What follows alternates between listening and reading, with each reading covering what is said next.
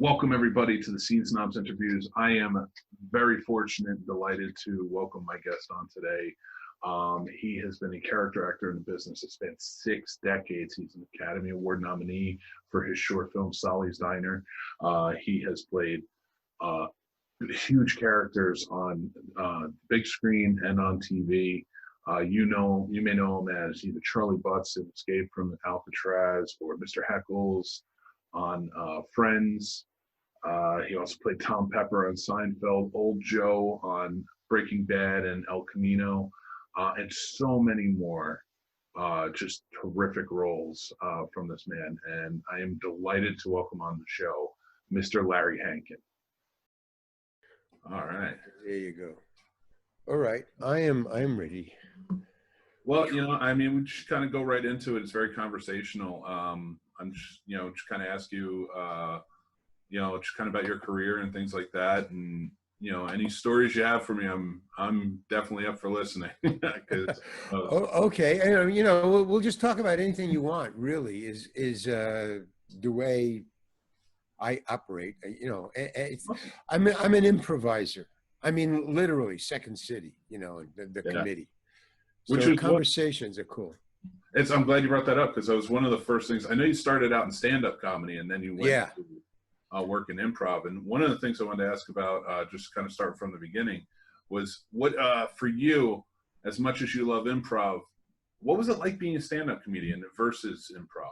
Oh, it's the greatest. I loved it. Oh man, was it great. Unfortunately, I had to get out because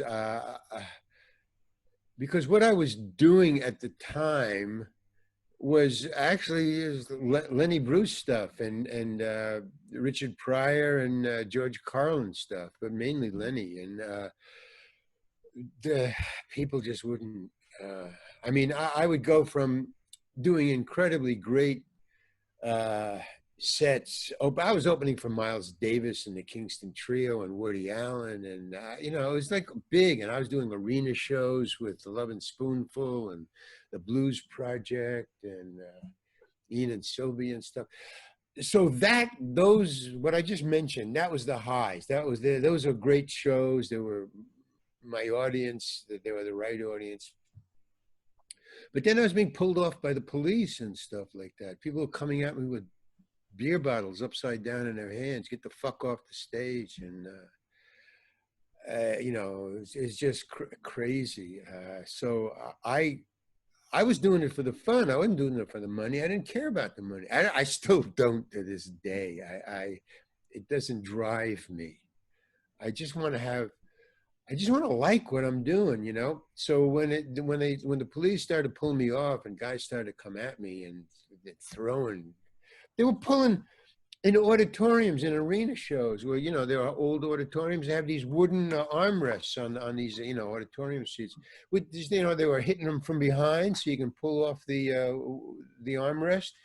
They were throwing them at me, man. The first 2 rows were pulling off.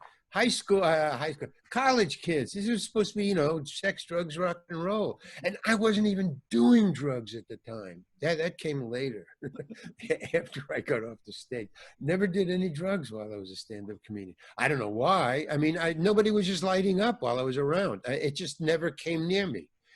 But everybody who I was with, for friends and all the bands and, were doing drugs. But they never did it in front of me, and I never asked. I wasn't curious. I mean, I was doing fine. In other words, there was no need. But the anger. So I called my agent. I said, I can't do it. It's not fun. It just wasn't fun. It had nothing to do with the money at all. So he said, well, join Second City because he was a smart guy. It was Woody Allen's manager, Jack Rollins. I mean, he's one of the greatest. He was great. So he told me to join Second City because they're doing the same stuff as Lenny, but they own the theater. So instead of a guy coming at you with a beer bottle, they throw him out. Which the nightclub that I was doing, the Kingston Trio, and I was opening for the Kingston Trio. This guy comes across the dance floor as a nightclub, and this beer bar, get the fuck off the stage, man. Bring on the Kingston Trio. You bet. Just off the stage, so, but I had to quit because of that. I mean, because of that nightclub. I walked off the stage and I just sat at the bar until the guy sat down. He was just standing there in the middle of the dance floor. It's a beer bottle. So I sat at the bar, and the bartender comes over to me and noticed everything was very quiet. He goes, "What's going on? What are you doing here?" I said, "Did you see that guy with the beer bottle come at me, man?" He goes, "Yeah." I said, well, I'm not going up there until you tell that guy to get out of here, man. He's going to come at me again. I don't have any clean material. I mean, I'm just talking. I never wrote anything. I just would get up and I would talk, but they were the same talk. I mean, I would hone it. It would get better and better, but I never wrote anything. And so I said, I don't have any, that's the material I have, which he doesn't like. So he said, get back on the stage or you don't get paid. And I said, you get rid of him and I'll get back on the stage. But if you don't get rid of him, I'm not getting back on the stage. And he said, you're fired. And I said, fine. And I walked out. And that's when this was after the police took me off the stage from the Love and Spoonful concert in Washington. I called my manager, Jack Rollins. And I said, Jack, I can't do this anymore. I'm a middle-class Jewish kid and they hate me. They are booing me off the police are taking me off the stage. A guy just came at me with a beer bottle, Jack. And he goes, oh, because I was opening for Woody Allen and they were fine, and so he said, join Second City. So I auditioned for Second City, and that's really how I got into show business and drugs. Started to smoke marijuana and stuff. It was awful. So I joined Second City, and then a group of us left because we want to go to San Francisco. Well, the group, the director who quit and said, you 5 people come with me. And they were, yeah, sure. Went to San Francisco, which was the greatest move ever, because that was right at the beginning, 61, at the beginning of the 60s. And we were right in the middle of it. We got there about 2 or 3 months before the 60s, just came roaring through from, Berkeley and, I can't remember the guy who started it all. He was from Berkeley. Anyway, so that's how I got into show business. From there, it just was an easy jump down a $15 plane trip to Hollywood to audition. Wow. Which was really great because we were in a hit show. We all Second City people, the best. We just say, hey, let's go, man. Let's do our own thing. So we went to San Francisco. We opened up. Within a year, we were hit. We struggled for a year. I mean, if the rule was if there was more people on stage than in the audience, we didn't have to do a show. That was the rule. We had a theater and stuff. So, but it slowly built. And then one day we were rehearsing right before a show. Generally, we're just brushing up on things. You don't rehearse before a show, but we're just brushing up on stuff. So we were in the theater for about a good hour before the crowds would come in, So about 15 minutes before the show, we still hadn't been outside. So I said, I'm going to go outside for some air. So I walked outside, and there was a line around the block. I mean, out of nowhere. I mean, it wasn't slowly building longer and longer. No, there was nothing, 20 people, 30 people. And then there was this line one Saturday night around the block. And I called up Hamilton Camp from somebody. He was a folk singer, but he was a great improviser, man. And so he's one of my close friends in the company. I said, come on outside. I got to show you something. He goes outside. And we walked all the way around the block, just following the lines. And that was, I said, oh, well, show business isn't that bad if you own the theater. It's kind of cool. And then from then on, we were fine. And the upshot of the total upside of that was we were only a 15-minute, well, $30 round trip, maybe $35 round trip from Hollywood to San Francisco and back. Now we would fly down every once in a while, maybe to audition for something, but we really didn't go. I mean, we didn't have any agents or managers. Sometimes we get a call from somebody, hey, but to get an audition, when you're in Hollywood, to call up and say, I want to audition for somewhere, to get an agent or a manager so you can audition, it's almost impossible. I mean, now it is impossible. I mean, I don't know how young people get along or even get into show business now. But we had a hit show and we were very close to Hollywood, and Second City was very famous, has been for a long time. But that was a long haul, a plane flight. I mean, that was 2 days. You can't just go and come back. But San Francisco, you could. You could just fly up in the afternoon, you know, see San Francisco, see our show, and fly back in the morning. You know. So the heavy hitters who you couldn't get to see in Hollywood would fly up to see, hey, did I hear a great show up there, man? Let's go. They would take their wives and go, or their girlfriends, and go up there and come back. So we had the best, the heaviest hitters, the green light people were coming up to see us in a hit show. People who we could never see if we went down there. So we were being hired like crazy. We were flying back and forth for a day. You know, you'd fly, you know, it'd say, well, it's just a day or a week, you know. So if they say, oh, it's just it's a, you know, a small part, just one day, but we really love you. So you just fly down in the, maybe in the morning and rehearse and then do the show. Or you'd fly down for the week, you know, for a sitcom, you know, they rehearse all week and do one show. Fly down for the week, and it was an improv show, so anybody could leave anytime because somebody else would just come in and re-improvise your part. Or you would hear it every night. You could just go out there and just do it the exact same, but it would work, you know, and either you would come back and he wouldn't give you the part back. That was, because he was getting bigger laughs than me, who had invented the, you know, with the other guy. So there was like that, but it was really funny. There was no animosity at all because you would do it. Everybody was switching, flying down there, making a lot of money. And then finally they wouldn't come back. It was just, no, I'm staying. At one point, right? Well, yeah. I mean, after a while, it was just silly. We just hired. So we were hiring people from San Francisco who didn't have the background of Second City. So then finally, when the director left to go down and direct television down there, I was the only one left because I just wasn't interested in the money, really. I just loved improvising. I mean, it was fun, you know. I was making $500 a week as an improviser. Now on stage, that's pretty good money. And, you know, I was paying my rent, and San Francisco back then was cheap enough so you could, you know, be okay. You weren't getting rich, but I didn't want to be rich. I just wanted to improvise. That's, I want to stay up there. But then when the director left and I had to direct the company, and then it was only people from San Francisco. By then, everybody had, I mean, I was the only one left from the original company. I had gone through 2 companies. They'd all gone down there.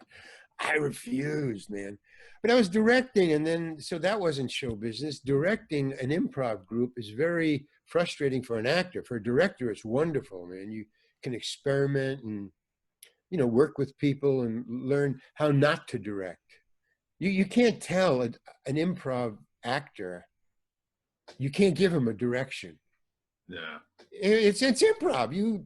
What are you doing? So you have to massage your way through it. I learned. I said, give me one thing before he left. I said to Alan Meyerson, the director, I said, give me one hint on, you know, how do you do this, man? I mean, we just are up there. I don't, you know, I know you run rehearsals, you know, you go through the exercises. There are improv exercises. We rehearse 3 times a week. So I understand that, but when you're mounting a show, how do you direct? Because he never directed us. But he said, well, what you got to do is you say, well, you know, work with the where, or work with the who, or, you know, work with the relationship. You got to be very generalized and kind of, hint. You can't. So I directed. I opened 2 shows, and they were successful. But I was so. I said, I feel when somebody interviewed me from the San Francisco Chronicle about being an actor and now directing the company, this hit company. And they said, well, what's the upside? I said, there is no upside to directing an improv group. I just feel as an actor that I have 6 people between me and the audience. That's what directing is like to me. And finally, I left. Somebody else directed, or I think maybe the show closed. Maybe they just closed. I don't know. But I went back. I went down there too because the money was good, and all my friends were down there. So. Well, once you made that jump down to like Los Angeles and getting more into, because you've worked with some pretty prolific actors like Lucille Ball, James Garner, Debbie Reynolds, I mean, some huge names, and Clint Eastwood. Absolutely. How was Bryan Cranston? I mean, I'm blown away by the people who it amazes me. And you are right there. Every performance I've seen of yours, absolutely, you're right there with it and give great performances. Yeah. Well, that's just a gift. I have nothing to do with that. That's unknown to me. A lot of people have said, "Hey, you're a really good actor," and I don't know that. To this day, I don't know because I struggle. I have OCD, ADHD, and dyslexia all at the same time. So learning lines, man, to me is a mountain because of the focus involved. That's how all 3 of those in some way affect focus. It's a chemical thing. And so, I have to really blinders on. But, I mean, when I show up, I'm cool and ready, but the preparation is just monumental. So, it was kind of, but the money was good. But I also just want to add something to that. You said, well, you worked with great actors. Yes, I have. And I only notice it when I'm doing it. Oh boy, I'm working with Bryan Cranston. I better, be in my A game, and wow. And Bryan has a very short, I guess maybe attention span or fuse, because I went up on my lines, and all actors go up on the lines. There's nothing difference between me and anybody else. But when I went up on my lines, just twice, I went up twice. He had an attitude, boy. Oh. Whoa. Okay. I went up, it was bothering me so much. I only went up twice, very short lines, no big deal. But I went up, which means I forgot. People have asked me, what does it mean up? What's that mean? I forgot my lines. So on the second time, he just wouldn't even look at me in the scene. I'm talking to him. So I thought, okay, this is not going well at all. And I'm starting to get nervous. I mean, it's Bryan Cranston. It's Breaking Bad. It's big time. So I said, excuse me, I got to talk to the director. And I just walked out of the scene, in between takes. I just walked, and I walked over to the director and I said, look, I'm having a little trouble here. Bryan, I just went up twice. He didn't notice. He's director, I just went up twice on my line. And the director didn't say anything. He said, yeah, let's do it again. Hey, fine with him. But I said, Bryan is really giving me a lot of, he's like passive aggressive. He's not looking at me. He's not feeding me the lines. And I don't know what I'm doing wrong. I just went up on my lines, but am I doing something wrong that is bothering him? Well, he goes, Larry, he says 2 things. One, all actors go up on their lines. And 2 is, we're losing the light. Fuck Cranston. Get back in there, will you? Okay. That kind of straightened me up. I go, all right. That was it. I didn't forget any lines or anything. He just nice. It's cool. Yeah, that's Yeah. a good story. Oh, but so my point is that more than Bryan Cranston or the great actors that you say I work with, no, what I'm impressed with is the directors. The directors I work with now, they impress me. And those are the ones I carry away with me, in my head, wow. John Huston I worked with, Yeah. uh, uh, Larry David, and I can't remember all of them, but I mean, but they all in some way taught me something, literally, not like, well, you work with Bryan Cranston, you kind of get the idea of being a professional, of being on, you're on your A game and bringing it. But that I'm always there. In other words, that I don't bring it. You point the camera at me and I'm on. That's it. Yeah. It's I don't know what that is. That's a tropism or something. I have no idea. But directors, no, I listen to and they tell me good stuff, or even if I don't ask them, they just those are the people that I am. And John Huston is incredible, as a person, not as an artist, but just as a human making something, directing or whatever. And here's the other thing: the great directors, the really top of the line guys, they don't direct.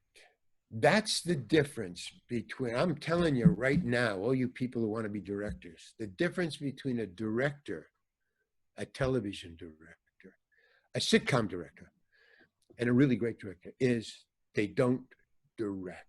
And they don't.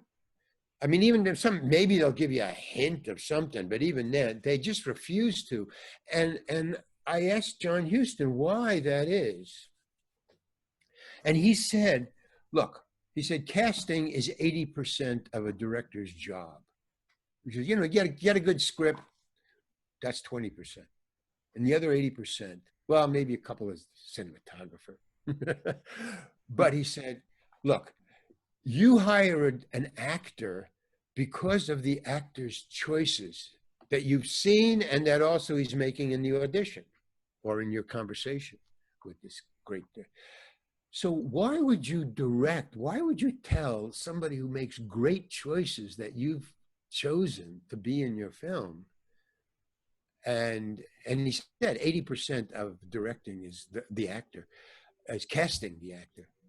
So why would you tell him what to do? Why? I mean, he said that seems to be not right. And then Al Pacino, who said in an interview, I use directors as a safety net. They don't direct, but I like to take chances. He was saying, Al Pacino was saying, I like to take chances. So they're a safety net. If you just go too far, they'll go, whoa, and they'll catch you. Say, well, you got, let's do it again, but, bring it back a little. Okay, that's fine. Let's do it again. That's like a direction. A great director will say, well, let's do it again. Only bring it. But other than that, they're safety nets. They won't let you be bad. They won't let you make a mistake, but just go. Feed me. In other words, direct. That's what directors say. That's what John Huston said. But he said a lot of things. Well, cool. You have worked with, you have worked with some amazing directors. And that was one of my next questions. John Huston, Don Siegel. John Hughes. Yeah, right. Yeah. Yeah, and John Hughes you worked with essentially 3 times because Home Alone, he produced it. Yeah, right. You've worked with John. That was Christopher Columbus, yeah. Yeah. But he's a fine comedy director. Are you kidding? Yeah. Walking in and being from, I want to get into directing because I want to talk about Solly's Diner a little bit. Oh, great. Fine. But first I wanted to ask you about, with the Improv, you worked with another great Second City alumni in John Candy twice. Yeah. What about him?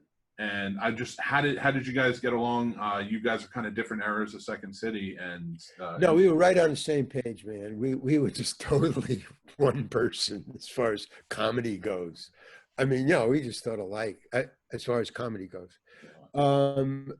Yeah, he would give me jokes. He would give me the shoe in what was the name of the thing? that cop movie. You did Armed and Dangerous. Armed and Dangerous, yeah. Which actually you did with another friend of mine and mentor when I lived in Los Angeles. Larry Flash Jenkins. Larry who? Larry Flash Jenkins. He played one of the guards. Yeah, he was in that movie as well. So it was just it was a nice connection. John in the garbage dump scene. I don't know if you remember where these huge piles of garbage went out to a garbage dump. John Candy gave me the shoe and the toothbrush. He said, "Hey man, why don't you find this?" He gave me one shoe and he gave me a toothbrush. He said, "Get up on top of that, mound." We were all down on the bottom because it's huge pile of garbage. He said, "No, get up there." He wasn't directing. We were just doing the scene together, but he would come up with ideas and he would give them to me. He'd say, "Here, you take this shoe, this and get up there. Say you found it." So I climbed up there and I did that. And then but that's John Candy. I mean, he's just a wonderful person. He's a wonderful Homo sapien. He's a wonderful human being. He just is a cool guy. There's nothing I could say against him at all. And a great guy to do a scene with. He's very giving. He's the best star. That's the best star. That's the other thing about acting. This thing about scene stealing or chewing the scenery or being upstaging people and stuff like. I don't know where those phrases come from. The better people are, the less that it even. They're just giving. Like Clint Eastwood taught me this. Now, he didn't say anything, but I just observed and said, this is how you act. We were doing a scene together. Maybe it was the first scene that we were doing together, whatever. And basically, it was just me and him. And all he did was he just fed me. This is Clint. It's his movie. I'm just, almost an extra. And this guy is just... he said, "Oh, you want to go there? Okay, here, here." And the more he gave to me, so I got a little more better at what I was doing, he would just float on my energy. He would just, so if I came in, if the scene was here and he said, "Here, Larry, make it better," my energy would go up to here, but his energy would go up to here. So then he would feed me more and my energy would go up to here, and then he would go up to here. So he was feeding me to get him higher. But meanwhile, he was doing me a favor. He was just giving me the scene. But the more, it's a magic thing. But I understand that. And I remember in the committee when we were improvising on stage, it's, don't deny is one of the rules of improv. It's always...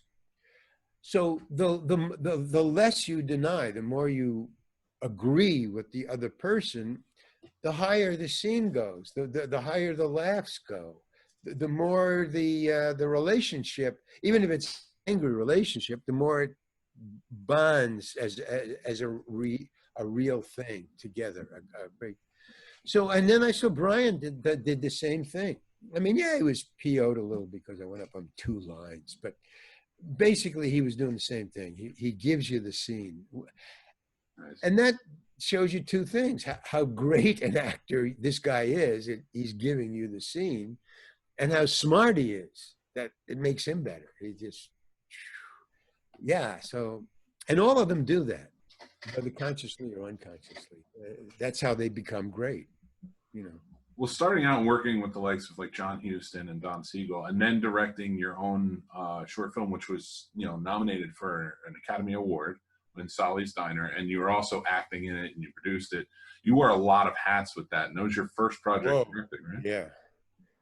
And what was that like, especially the reward of being nominated? That had to be... Well, it was tough. It was very tough. It's probably the toughest thing I've done so far, because it was such a major bite out of creativity of my own. I mean, I was forced to do things that I'd never thought about, like directing it. I didn't write it to direct it.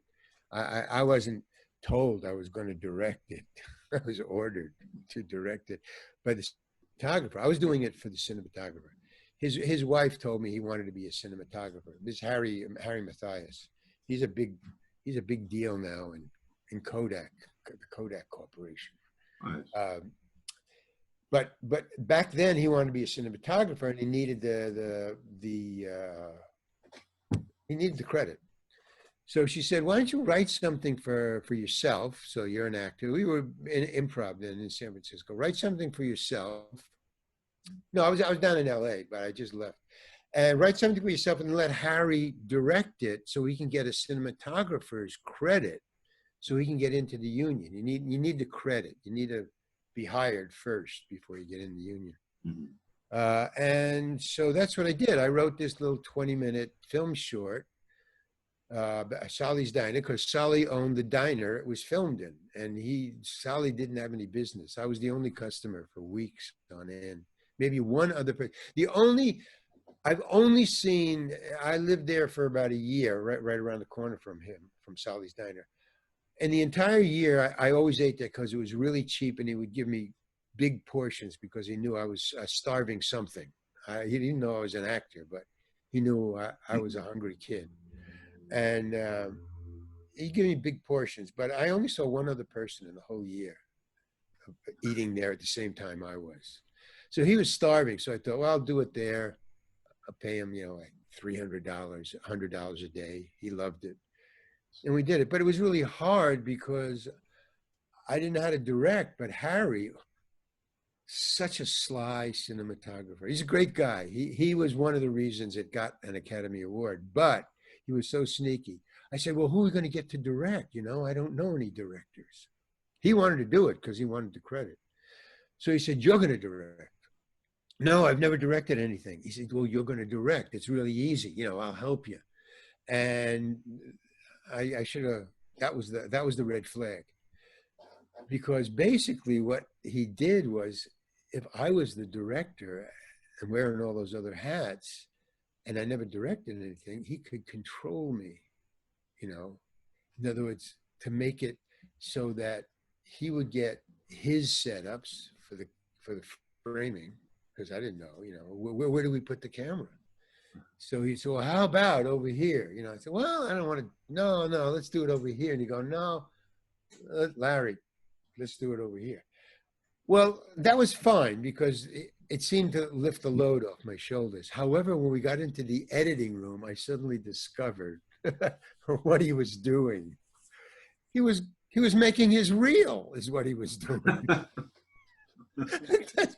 He was just, making cinematography, getting into the union shots, which had nothing to do with the story. I finally woke up, in the editing room, and that's when it got really heavy. We were fighting. I mean, Harry is a really great guy, and so am I, but we were tooth and nail, threatening each other. I threatened I was going to burn the master and you'll never get your reel. I just, it's so awful. In the middle of, I'm going down there right now. It's midnight. I'm going down there right now and I fucking burn it if you don't let me use the shot that I want to use. We're not using that shot. Oh. But finally, we got it together, and then when I saw it, I didn't know anything about making movies. Like the post-production part of it. I didn't know anything about when they're just the editor and the director are in there alone. I didn't know anything about that. So when we got in there, we're putting it together. So we put it together, and then we were going to screen it. So I finally got my way, I'd say 3/4 of the time, but every shot that he wanted had something to do with the movie. So I mean, there's no shots in there that are extraneous just for his reel. But some he chose, some I chose. We get that finished, and now we have to look to get into the Academy. There's two things have to happen. One is it has to even qualify, even to send it in. You have to have it shown in a Los Angeles County movie theater. Oh, wow. In the city of Los Angeles, it has to be shown for 3 days or more, or you can't be shown less than 3 days. So it has to be booked in a movie theater. And what happens during the Academy, award sending in your stuff, all the movie theaters in LA, all of them are booked with film shorts or major features to be shown for 3 days. And you pay for it, you know, but they'll either show it in the afternoon so they don't interrupt their program, the movie program. Mhm. So they show it in the afternoon every day for 3 days, and then you're in. Everything was booked. Afternoons, mornings, night, everything was booked. Features and film shorts all over the city. So we couldn't get in even if we wanted to.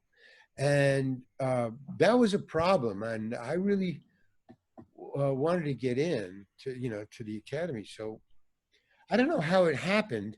Somebody came up with an incredible idea. A pornographic movie theater would probably do it.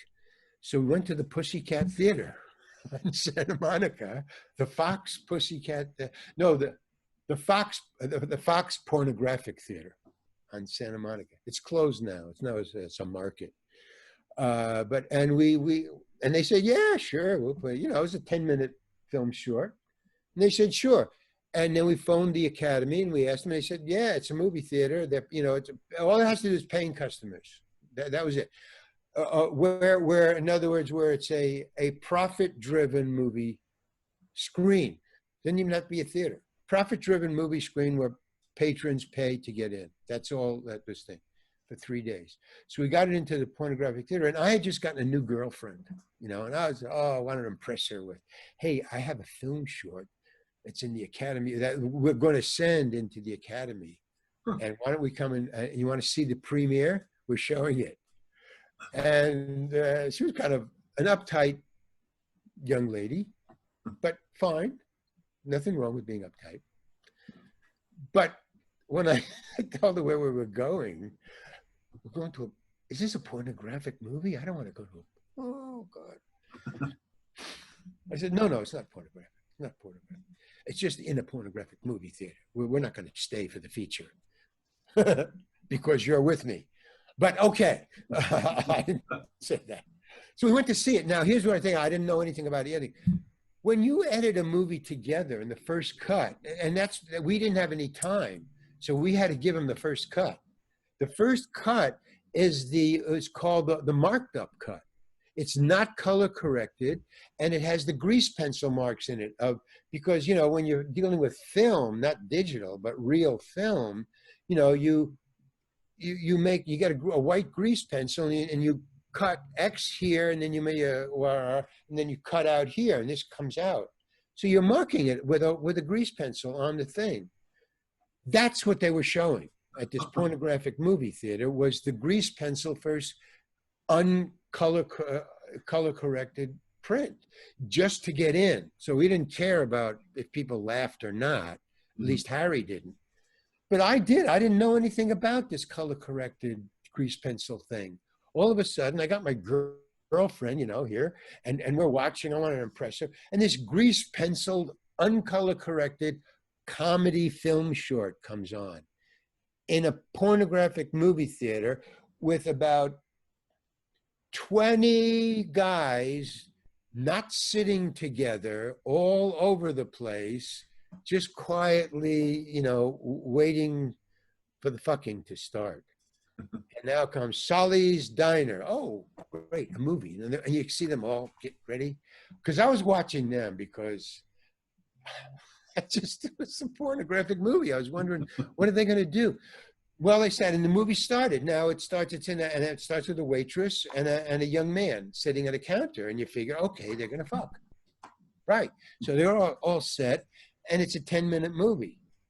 And then a guy comes in and robs the place, and she's just talking, and I'm talking, and the gun comes out, and you could just see these guys going, when are they going to get naked? What you just see, just from the body language or from behind, you could read their minds, all of them, and then they start looking around, looking up there. And then it's over. And then no, I hated it because of these pencils and the color corrections and no laughs. And my girlfriend didn't know what the heck was going on. And these guys are confused. So I thought it was awful, the whole screening. Harry was very pleased, you know, and I didn't understand why. But he said, no, it's grease pencils. You know, it's going to be color corrected. But, you know, it flowed. There was a thing. It's good shots. It's good. It's fine. Don't worry about it. I'd say, no, it's fucking awful, man. And we disappoint. And then I felt guilty about disappointing these 10 guys who didn't know what just happened. Hey, I paid money for Naked, and this is ridiculous, you know. So we left, and I told him not to hand it in. That's what I told him. I said, no, this is. He said, what are you talking about, man? So we fought about that. Don't hand it in. And he goes, okay, man. You know, like I'm crazy. He goes, okay. And he just walked away. About a week later, no, had to be more than 3 weeks later. I just forgot about it. I'm just, I spent all that money, all that time. Oh, God. And I hadn't seen the color corrected print. He calls me, he says, I got some bad news and I got some good news for you. Okay, Harry, now what? All right, what's the bad news? He said, I sent it in anyway. Oh, no, man, what? Oh, man, what the hell is the good news? He goes, we got in. We're nominated. I go, you know, the old-fashioned phones, you know? Yeah. Those phones? He goes, we got in, we're nominated. Go, don't ever do that again, Harry. Just don't, man. If I say don't hand it in, don't hand it in. You know, okay? Thanks. I wouldn't give in. I wouldn't tell him how crazed I was. But great, you know. So we got in. Yeah, it was really great. You know, and I got a tuxedo, a nice gray tuxedo, and I had to buy my girlfriend an academy gown. Well, I mean, it wasn't a gown, but it was a dress, you know, to be. Mm-hmm. So, well, I'm going to the Academy Awards. I don't have anything to wear. All right, fine. We got a limo. We went, but it was a downer for me. I went to the Academy Awards. I can say I went to the Academy Awards, and my film was in the Academy, roster there.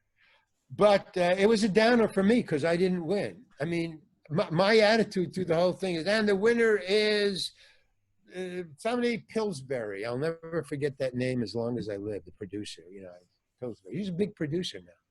She won, and as soon as they announced her, I want to go home. I mean, what was the sense of handing it in if you don't win?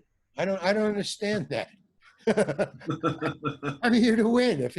Well, why did I come? You know how much money I just spent on that and this? It's just crazy. But it was you know, when I finally calmed down, I came to my senses. It was great. Are you kidding? It was just great. It also got into Cannes, by the way. Nice. Okay. That's awesome. Yeah. I know the film short part, which is there's no advertising for that. I mean, in around the world, there it's a big deal. Yeah. Yeah. So show business is a cruel mistress. I just got to tell you that right now. Yeah. Well, again, you've been in some really amazing, truly memorable movies, and you played some truly memorable characters on some very famous TV shows. And I kind of wanted to touch down on that, or maybe who some of your favorite characters that you played on TV. Well, take a guess. See if you can. My favorite. What would you think would be my favorite roles? Of the roles that you know, I mean, you maybe only know 2 roles, but just take a guess. I would say Old Joe might be your favorite, but I can tell you who my favorite was. Yeah. What I can tell you who my favorite was. Yeah. Who? Old Joe is a very close second, but I have to say either Tom Pepper, because I'm a big Seinfeld fan. Yeah. And you just played a great role in that. And Gaunt from Voyager, Star Trek Voyager. Oh my God, man. Oh wow, I'd forgotten about him. Yeah, Gaunt Gary was cool, and I'll tell you why. In other words, you see, here's the thing about favorite parts for me. It's not the part that is becomes favorite to me, or if I say, yeah, like Gaunt Gary. Yeah, I love that part. It's not my favorite. Old Joe is, but I'll tell you why I like Gaunt Gary. Not because of Gaunt Gary, not because of that role, but because of something that I did with Gaunt Gary. And it's each role I do one little thing. You know, I one little uh, goal that I have for myself, like in okay, Gaunt Gary. I like doing Gaunt Gary because he was a pool player, and at the time, I was a pool player. I wanted to be a hustler. That was what I wanted to be, and I was okay, but I was. There's no way I was going to be a hustler. It was just in my head, you know. But I was a good player. You know, if you give me a beer, I'd probably beat you. But no beer around, it's up for grabs. And if 2 beers and I lose completely. So it's a very fine line that I had. But I wanted, because he was a pool player, I loved it. Okay. But then I wanted to do a cool shot. You know, I had a couple of trick shots up my sleeve, and I was waiting for the guy to say, well, you know, why don't you play pool, or, you know, do something on your own, Larry? But he never said that. He just, you know, did my lines and moving on, and just be. And I said, wait a minute, wait, stop. When he said moving on, I go, no, hold. And everybody goes, what? What do you mean? Hold on, we're moving on. And I go, no. What are you going to do with the pool table? He says, we got to get it out of here. It's rented. It's got to be moved now. I go, no. I wanted to do a trick shot. You know, just doing a little kid shit fit in front of all these people. Oh, you know, Gaunt Gary. No, I want to do a trick shot. He says, no, we don't have time. And said, come on, man. We don't have time. Come on. All right, geez. All right. So they had to put it down. They had the grips. Had to, all right, put the pool table down. He wants to do a shot. And they had to bring the camera back. So they bring it back. So they said, well, you're only getting one shot, you know. So I said, okay. So I set up this long. He said, no, that's too complex. We're going to put, no, oh, I see why I did it. He said, okay. And he put the camera, they put the pool table down. Now it had moved, right? It moved about 3 feet this way. They put it down. And now the camera was about to move.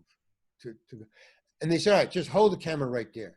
And they said, okay, do you? I said, well, aren't you going to aim the camera at where he says, this is the setup. You do your trick shot, and this is where the pool table is, and this is where the camera is. If you can't do the shot, get out of here. So the only shot I could set up was across the thing, you know, bounce it off one, which I did, you know, and everybody's standing around there because I'm holding up the entire company, you know, but for some reason, I just wanted to do this. I just got it in my head, and I just refused to let it go. So everybody's standing around with their arms folded across their chest. You know, the grips mainly. You know, they want to just do their job, and so I did it. And no applause, nothing. You know, and they say, okay, that's it, moving on, and they just forget. But it's in the movie. I think somewhere it's in the movie, and that was all. So to answer your question, I liked Gaunt Gary, not only because he was a pool player and I was a pool player, but because I got to do a trick shot, even though it was a silly little stupid trick, you know, boom, you know, but I did. No, what was the most favorite, I guess, was, Old Joe, just because of who he was and what I could do with him, because I instantly knew him. I knew Old Joe because that was my Uncle Murray. I was doing my Uncle Murray. And I wasn't imitating my Uncle Murray. I was being my Uncle Murray, because my Uncle Murray, God bless him, he's gone on to better things, he raised me, mainly. He babysat for me when I was a kid. And I lived with him when my parents went away for a week for vacation. I stayed, you know, with him and his wife. So, you know, I knew him as well as my dad, and he was much hipper than my dad. So I kind of liked him. so I was doing him, and that's why I liked the role, because I felt totally comfortable in the role. Like you say, bringing it. Mm-hmm. Again, I said, I can do Uncle Murray. I can be Uncle Murray. I just knew, I didn't have to have a backstory. There was no backstory for him or anything. I just put the costume on, and there he was. That's it. So, but I just liked him. I guess maybe because Uncle Murray. And then, Tom Pepper, or any other dried fruit. Yeah. Thank you for that. I will say you in that NBC lineup of they were basically spin-offs. You played a different character in the top 3 shows that were all connected. Of what? What are you You talking were about? Tom Pepper in Seinfeld. Right. You played Bob the security guard on Mad About You. Right. You played Mr. Heckles on Friends. Right. And all 3 shows are connected through characters. So Paul, How? I don't understand. I don't see the connection. What do you mean by that? Paul from Mad About You lived in Jerry's apartment on Seinfeld before Jerry moved in, and he was friends with Kramer. Right. Then you had Ursula was the waitress on Mad About You, was Phoebe's sister on Friends. Holy cow. And yeah, so they were all connected in some way, and you're one of the only actors to play on all 3 in different characters. Wow. That is well, now there's a piece of trivia I've never known. Yep. That is a stretch, man. Cool. Nice research. Oh, thank you. Very good. See, that's why I do podcasts. I learn something about myself that I've never known before. Every time I do one of these things, the interviewer says, now about this, and they tell me something I never knew that I have done 184 shows, either movies or TV. I've never known that. I learned that by doing a podcast. Some guy told me that. Yeah. And it comes up every once in a while, but I never knew that. Or these relationship things about shows, people do the research and they come up and they say, hey, what about this? Like, holy cow. It blows my mind, the stuff that you guys come up with. It's just great. I'm just, whistling through my life, just da da da da da da, not looking back, and then they say, hey, did you know about this? No, thank you. Well, yeah, and it's such and like with the Star Trek connection, you were on Star Trek Next Generation and Voyager, so like you had. Now, you know what I was on in the Next Generation? You played the Wind Dancer in the ball. Yeah. That is my favorite role of all time. Really? Yes, you can't pay somebody to get you a role like that. And if everybody doesn't know what the hell I'm talking about, man, go check out Wind Dancer on, what is it? You played on the episode Star Trek. Yeah, on Star Trek: The Next Generation, you played a Wind Dancer on the. It was Wind Dancer was the episode, and you were the Wind Dancer. Yeah. Or Cost of Living. I'm sorry, Cost of Living was the name of the episode. Cost of Living. Okay, I'll tell you. You people who are watching, I'll tell you what it is if you don't know, because it's such a great role, man. I played a soccer ball. I just played a soccer ball, just this. I was on a ball, but I had my face and I was talking, and I would just go with the wind. I had but I was a ball, just my face. And I had the makeup on and everything, and I was a real ball. It's just, yeah, that's the one I want, If there was a TV on my gravestone, I want that played. That's fantastic. And yeah, Here lies Larry Hankin. Woo, woo, woo, woo. Hello, I'm dead now. Woo, woo, woo. Well, I mean, I've really enjoyed our time being able to talk, and I want to, if I can finish it off on one question, and I really love to know, with all of the with the way your career spans and all the different genres, is there a certain genre you've appreciated playing on more than another, or? Wow. A genre. Well, could you give me a hint? Like, you mean like comedy or horror or that kind of Yeah, genre? comedy, horror, sci-fi. You were in one of Well, my favorite. yeah, I've done all the genres that I know. I mean, because talk about thriller, chiller type of thing. I did a film short that I guess is shown every Halloween on, I think, Hulu or something, where I played a horror guy. Guy who kills people by getting them into a movie, and then killing them, and then putting their murder that I do, filming it. And that is in the next horror movie that I bring two more people in, couples. I was murdering couples. So I bring two couples in. They watch a murder on screen in a horror movie. And then I kill them, put them in a horror movie, and invite two other people. So it's like that, just bring, every time two people come in, they appear in the horror movie next. So just that being in a genre. It's not a great part. It's for Hulu, but it's a horror movie. So I've done then, I think that filled in the last blank. So what genre do I love best? I don't know. I mean, like, what genre is Breaking Bad? What genre is, I mean, the sitcom, this sitcom, to me, that's a genre. Just Oh yeah, absolutely. sitcom. Like Breaking Bad, I call like a crime drama. A crime drama. Yeah, I don't know about genres. No, well, I'm writing a movie right now, and it's a road trip Nice. comedy. It's a comic saga of two people, an old guy and a young person going on a road trip on a motorcycle. Very nice. So it's a motorcycle road trip. So that's my favorite because that's what I write about. Because that's what I know. Because I used to do that. I used to have a motorcycle. I used to, the motorcycle that Steve McQueen rode in that Escape Army movie, that Escape War movie. Yeah, the Great Escape. Yeah, absolutely. The Great Escape. Yeah. Well, he jumps over a fence on that motorcycle, right? Yeah. You know that motor? Okay, I had that motorcycle. Oh, nice. Yeah, that motor. I didn't have that motorcycle, but Steve McQueen.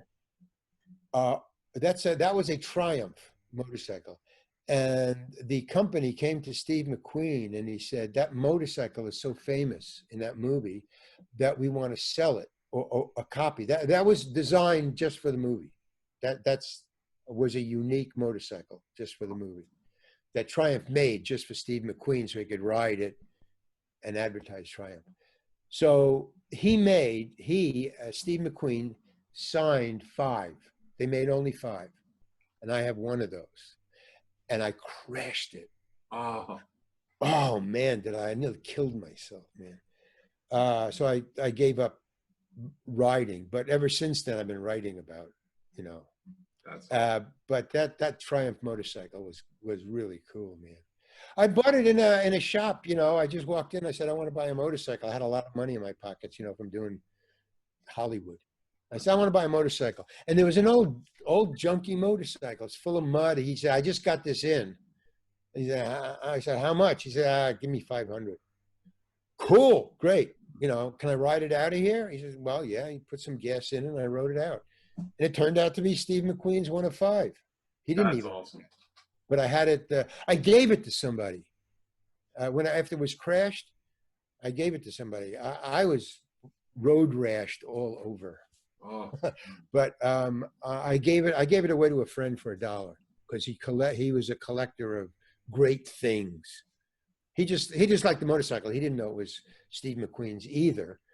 But he refurbished it. He paid, I don't know, about $1,500, $2,000 to get it all, cherry, brand new. Wow. And he had to send away for one part that he couldn't replace anywhere in LA. He had to send to Triumph. And he said, so he sent the serial number because he wanted a part. And they said, "You got this motorcycle?" And they go, "Yeah." He said, "That's worth a lot of money, man. That's a rare motorcycle. It's only one of 5 we made. You know, we're the only people who have parts for it. Send them the parts." And I saw it. He sent me a picture of it all tricked. Well, no, it wasn't tricked out. It was just all brand new. It looked great, man. But that was it. So that's the story of that. I don't know about genres though. I mean, just you love them all, right? I just like being in front of the camera.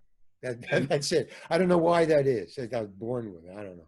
And I will tell you right there, we appreciate you being in front of the camera. And I thank you so much for being on the show. This was great to listen to your stories. And I just really appreciate it. And thank you for joining us. And yeah, I mean, I'm a little starstruck, so you have to excuse me. Well, okay, me too. Thank you. Larry, thank you. Mike, thank you very much. And you have a fantastic day, and I will always appreciate this. Okay, cool. And if you ever need somebody to fill in time, give me a call. Absolutely. Oh wait, I gotta do a commercial. Okay, can I just do a commercial? Sure, absolutely. I have a website, but it just happened today. I just got this today. I have a website. It's called thereallarryhankin.com. Thereallarryhankin.com, one word, small letters. You can't go to Larry Hankin. Somebody stole it from me and they're charging me money. They're holding me up and I won't do it. So thereallarryhankin.com. The reason is I do paintings. These are my paintings. These 2 are my paintings. All my film shorts. I got Solly's Diner and everything. They're on the site. My paintings are on the site. But today, I just saw T-shirts. All my paintings are on T-shirts. There's about 23 T-shirts. These are just 2 of them. They're on the T-shirts. And see this. There's one. There's one T-shirt. That's really cool. And here is the other one. This is the one with the painting. Here it is. Wait a minute. See that painting right there? Yep. Here it is, folks. Oh, that's awesome. Oh, yeah. Well, I got 13 more. They're not all like that. Some are dogs, some are elephants, some are ladies, some are men. Just so go to thereallarryhankin.com. It's a great site. My films, paintings, T-shirts, bio, everything. I will definitely have that link up on the descriptions of everything. Oh yeah, thank you very much. Oh, the T-shirts the T-shirts aren't up yet. They will be up in 2 or 3 days. But I just saw it for the first time, the beta copy. It's great. Okay, Mike, thank you very much, man. Really. Thank you, and we will promote your site, thereallarryhankin.com. Everybody check it out. Check out his artwork. Check out Solly's Diner and his other shorts. Oh, that's really cool. So definitely, and until next time. Hopefully we can do this again, but thank you again so much. Okay, thank you. Bye, Take people. Care. Bye.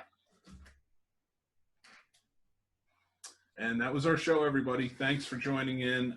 Talking to Larry was really awesome for me. Being such a big fan of TV and movies, Larry is certainly a recognizable face in the industry. Who's played some very memorable and great characters. So when I had the chance to talk to him, I jumped at it. I could not wait. So thanks for listening, and I will talk to you guys soon.